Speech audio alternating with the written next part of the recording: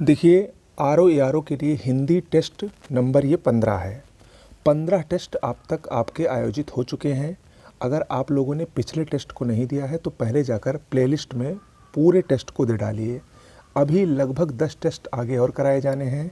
और याद रखिएगा, इससे बेहतरीन तैयारी आपकी अब नहीं हो सकती है, क्योंकि लास्ट समय में टेस्ट बहुत ही महत्वपूर्ण है अपनी कमियों को सुधारने का और अपनी खूबियों को देखने का भी। तो जितने भी टेस्ट आपको मिल रहे हैं सब बहुत ही अच्छे हैं और सबको आपको अच्छे से अटेम्प्ट करना है।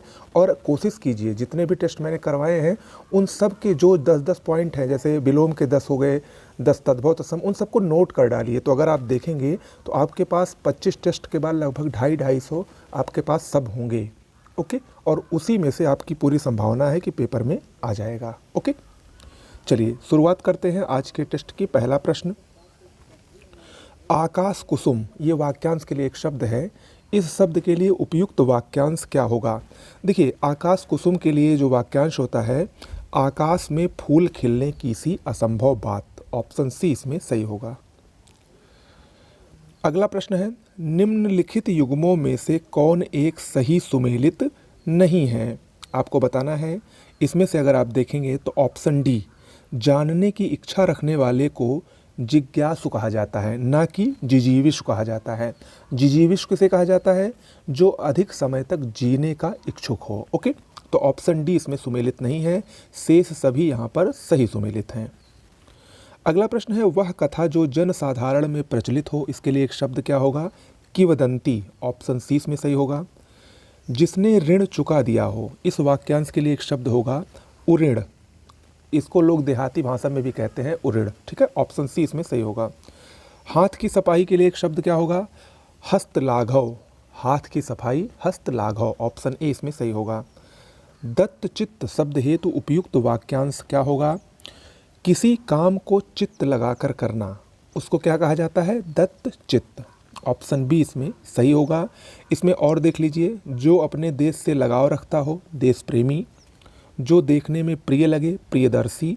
जो अपनी प्रतिज्ञा पर दृढ़ रहे, दृढ़ प्रतिज्ञ।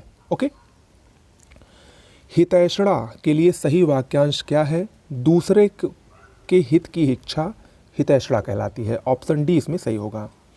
अगला प्रश्न है, निम्नलिखित युग्मों में से कौन सा एक सही सुमेलित नहीं है? आपको बताना है। ये 4 वाक्य दिए गए हैं और आपको बताना है इनमें से कौन सा सही सुमेलित नहीं है। इसमें अगर आप देखें तो ऑप्शन सी जो है वो सही सुमेलित नहीं है। ठीक है, क्योंकि जो पहले कभी सुना नहीं गया उसको अश्रुत पूर्व कहा जाता है, अनुश्रुत नहीं कहा जाता। ठीक है, और से सभी सही सुमेलित हैं। अगला है, किसी काम में दूसरों से आगे बढ़ने की इच्छा, इसके लिए एक शब्द क्या होगा? स्पर्धा। ऑप्शन सी इसमें सही होगा। अगला है, शब्द कूप मंडूक के लिए उचित वाक्यांश क्या होगा? जिसे बाहरी जगत का ज्ञान ना हो उसको क्या कहा जाता है? कूप मंडूक। तो ऑप्शन ए इसमें सही होगा। अगला प्रश्न है, बड़बड़िया। बड़बड़िया का विलोम क्या होगा? देखिए, बड़बड़िया का विलोम होता है गुमसुम। ऑप्शन सी इसमें सही होगा। ओके, आगे बढ़ते हैं। पाहन किसका विलोम शब्द है? पाहन ये कुसुम का विलोम होता है। ऑप्शन बी इसमें सही होगा। श्रव्य का विलोम क्या होता है? श्रव्य का विलोम दृश्य होता है। ऑप्शन सी इसमें सही होगा। अगला प्रश्न है, निम्नलिखित विलोम युग्मों में से कौन सा एक सही सुमेलित नहीं है? आपको बताना है। तो इसमें अगर आप देखेंगे, ये 4 विलोम दिए गए हैं, इसमें ऑप्शन बी जो है ये सही सुमेलित नहीं है, क्योंकि ऐतिहासिक का विलोम अनैतिहासिक होता है। क्या होता है? अनैतिहासिक होता है। ऑप्शन बी इसमें सही सुमेलित नहीं है, शेष सभी सही सुमेलित हैं। सदाशय का विलोम क्या होता है? सदाशय का विलोम दुराशय होता है। ऑप्शन सी इसमें सही होगा। अगला प्रश्न है, निम्नलिखित में से कौन सा एक संग्रह का सही विलोम है?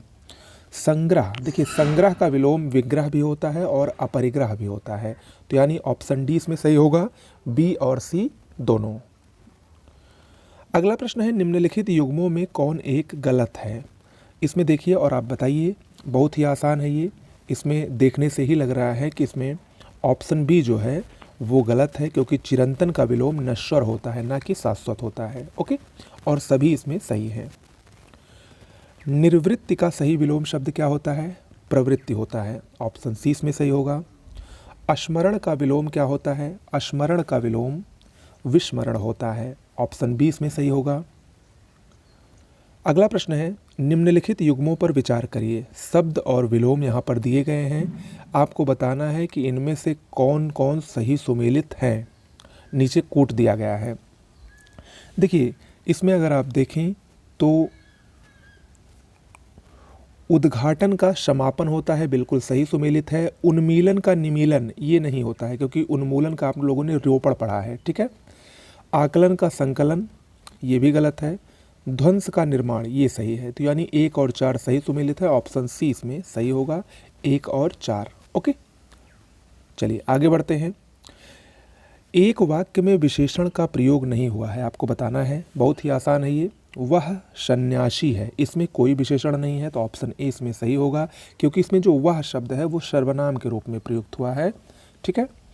और सभी में ऑप्शन बी, सी और डी इसमें क्या कहते हैं, विशेषण का प्रयोग हुआ है। अगला प्रश्न है, मोहन बहुत तेज विद्यार्थी है, इस वाक्य में प्राविशेषण कौन है? देखिए जो विशेषण की विशेषता बताता है उसको प्राविशेषण कहा जाता है। बहुत तेज विद्यार्थी में जो बहुत शब्द है वो प्राविशेषण है, ठीक है, क्योंकि ये जो विशेषण है तेज उसकी विशेषता बतला रहा है। अगला प्रश्न है, तुम कहाँ रहते हो, इसमें किस कोटि का विशेषण है? तुम कहाँ रहते हो यानी ये प्रश्नवाचक है, तो इसमें प्रश्नवाचक विशेषण है, ऑप्शन बी इसमें सही होगा। अगला प्रश्न है, निम्नलिखित वाक्यों में से किस एक में सार्वनामिक विशेषण का प्रयोग हुआ है? सार्वनामिक विशेषण ऑप्शन अगर डी आप देखें तो यह वृक्ष बड़ा है में यह जो है वो सार्वनामिक विशेषण है। अगला प्रश्न है, निम्न में एक विशेषण शब्द कौन सा है? 25वां प्रश्न देखिए और बताइए। देखिए 25वें प्रश्न में एक यहाँ पर शब्द लिखा है ऑप्शन सी में, देखिए गाफिल। गाफिल विशेषण है, इसका विशेष गफलत होता है। ओके, अगला प्रश्न है, निम्नलिखित में से कौन सा एक शब्द विशेषण नहीं है? विषाद। विषाद ये विशेषण नहीं है, और इंद्रिय, श्रव्य और महिमा ये तीनों विशेषण शब्द हैं। अगला प्रश्न है, निम्नलिखित में से कौन एक विधेय विशेषण है? विधेय विशेषण किसे कहा जाता है? जो विशेषण विशेष्य के बाद आता है उसको विधेय विशेषण कहा जाता है। जैसे मेरे बाल काले हैं, ठीक है, मेरे बाल काले हैं, इसमें जो काला शब्द विशेषण है वो बाल के बाद आया है। ओके, तो इसीलिए इसमें विधेय विशेषण है। अगला प्रश्न है, निम्नलिखित विकल्पों में से कौन सा विशेष्य की दृष्टि से सही है, यानी सभी इसमें विशेष्य हों, आपको बताना है। इसमें अगर आप देखें तो ऑप्शन डी करुणा, दारिद्र्य और दक्षता इसमें सभी विशेष्य लिखे गए हैं। शेष ऊपर जो तीनों हैं इसमें विशेषण का भी प्रयोग हुआ है। अगला प्रश्न है, निम्नलिखित युग्मों में कौन सही है? देखिए 5वीं मंजिल ये क्रमवाचक विशेषण है, बिल्कुल सही है। 100 गुना बल आवृत्तिवाचक है, 100 गुना, 2 गुना, तिगुना। कुछ लोग अनिश्चित संख्यावाचक है, ये भी सही है। तो यानी यहाँ पर ऑप्शन डी होगा सही, सभी यहाँ पर सही सुमेलित हैं। ओके, अगला प्रश्न है, निम्नलिखित विशेष से विशेषण युग्मों में कौन सही सुमेलित नहीं है? आपको बताना है कि याद रखिएगा पहले विशेष से फिर विशेषण, ये ध्यान रखिएगा। तो इसमें अगर आप देखें तो ऑप्शन सी उपलब्ध और उपलब्धि ये विशेष से विशेषण युग्म नहीं है, बल्कि ये विशेषण विशेष युग्म है, यानी उपलब्ध विशेषण है और उपलब्धि विशेष्य है, ठीक है। से सभी यहाँ पर सही हैं। अगला प्रश्न है, पर्यायवाची की तरफ आते हैं। किसलय, मुकुर, कालकूट ये किसके पर्यायवाची हैं?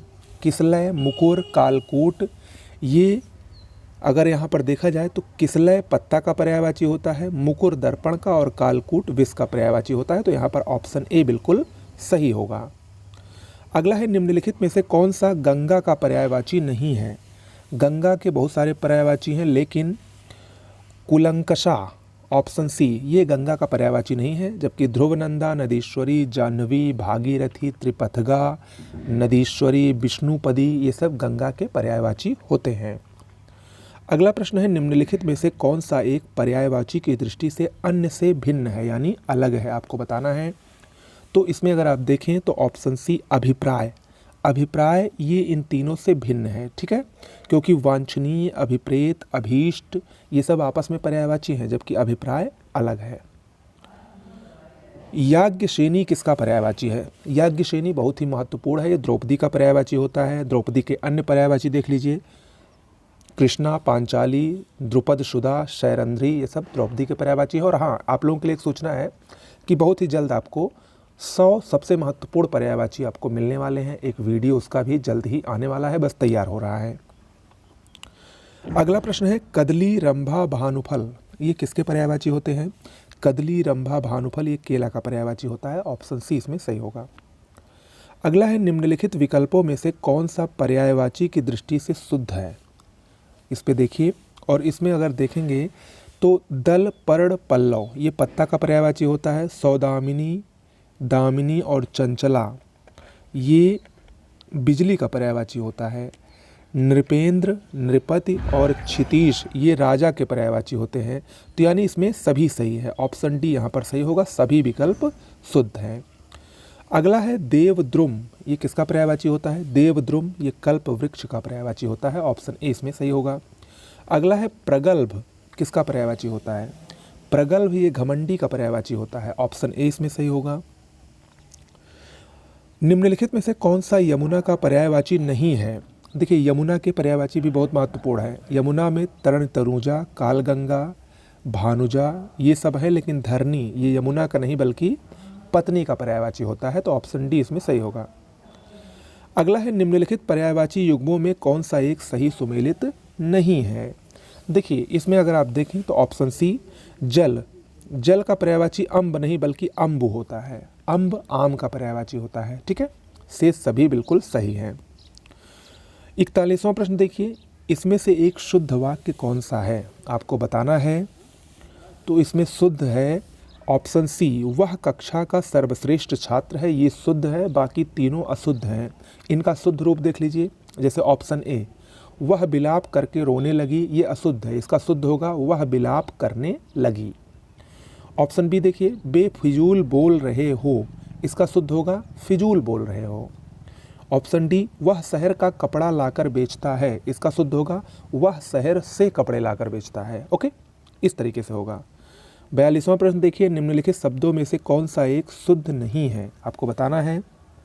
इसमें जमाता अशुद्ध है क्योंकि इसका शुद्ध होता है जामाता। ठीक है, शेष सभी इसमें शुद्ध लिखे हैं, मैथिली, सरल, विभीषिका और उन्मीलित। अगला प्रश्न है निम्नलिखित अशुद्ध शुद्ध वर्तनी वाले शब्द युग्मों में कौन एक गलत है? आपको बताना है। इसमें आप देखें और बताएं। तो इसमें अगर आप देखेंगे तो ऑप्शन डी जो है ये अशुद्ध है, ये गलत है। ठीक है, क्योंकि इसकी सही वर्तनी नवाब होता है, नवाब ना कि नवाब। ठीक है, तो ऑप्शन डी यहाँ पर सही नहीं है। अगला प्रश्न है निम्नलिखित शब्दों में से कौन सा एक शुद्ध है? जाजल्यमान कैसे लिखा जाता है? तो इसमें जो ऑप्शन बी में लिखा गया है वो सही होगा, जाज्वल्यमान।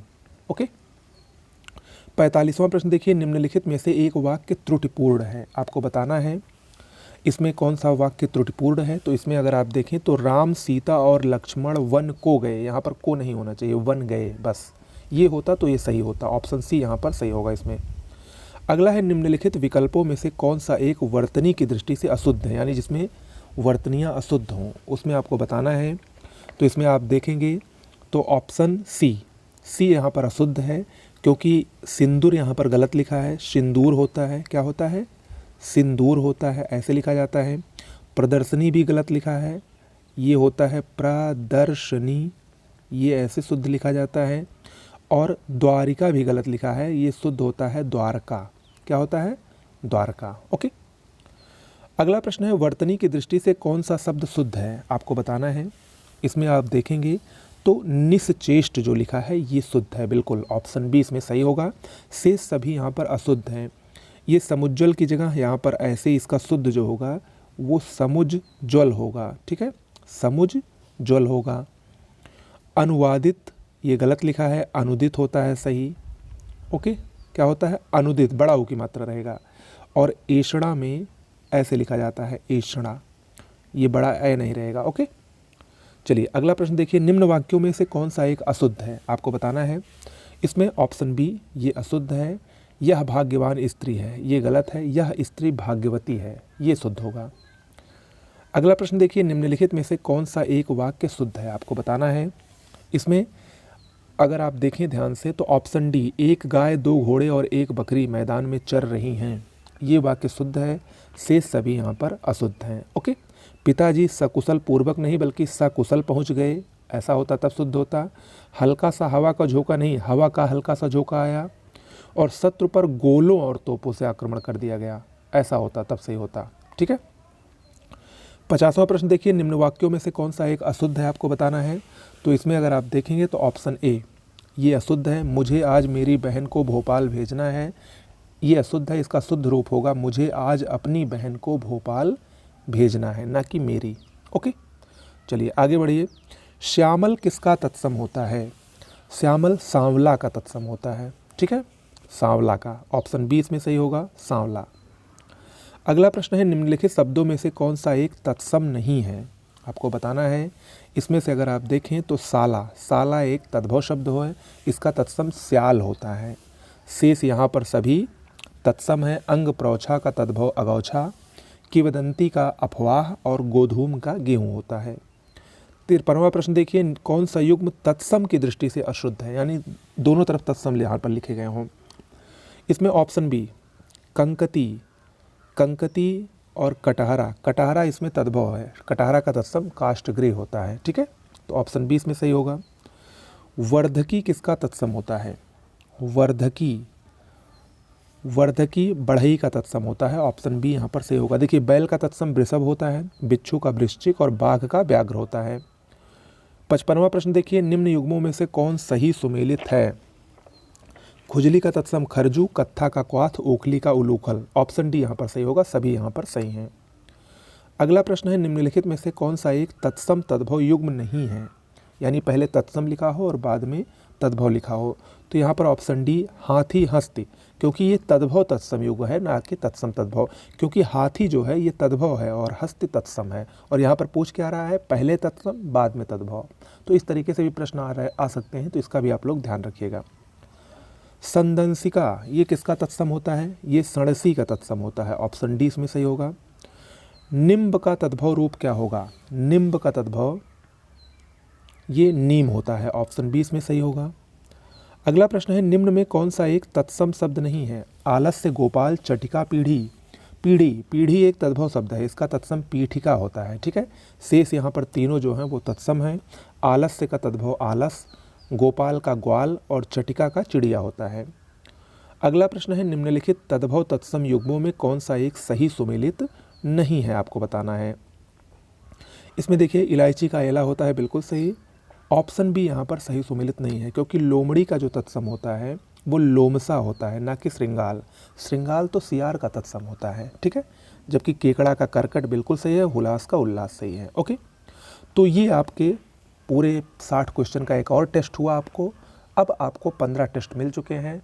अभी कम से कम मेरा जो 10 टेस्ट तो मिनिमम आएंगे। अगर आप लोगों का रिस्पांस अच्छा रहा तो 10 से बढ़कर वो 15 भी हो सकते हैं, यानी लगभग इतने टेस्ट हम करा देंगे कि इससे बाहर आपको पढ़ने की ज़रूरत ना पड़े। बस आपको मेरे साथ बने रहना है, साथ में करंट अफेयर्स के टेस्ट को और जीएस के भी जो महत्वपूर्ण प्रश्न आ रहे हैं उसको इग्नोर बिल्कुल मत करिएगा। उसको इग्नोर करने का मतलब है आप परीक्षा से बाहर होने की तरफ अग्रसर हो रहे हैं। ओके, तो यहाँ पर जो भी वीडियो आएगा वो बहुत ही ऑथेंटिक वीडियो होगा, और चैनलों की तरह फर्जी वीडियो मेरे द्वारा कम दिया जाता है।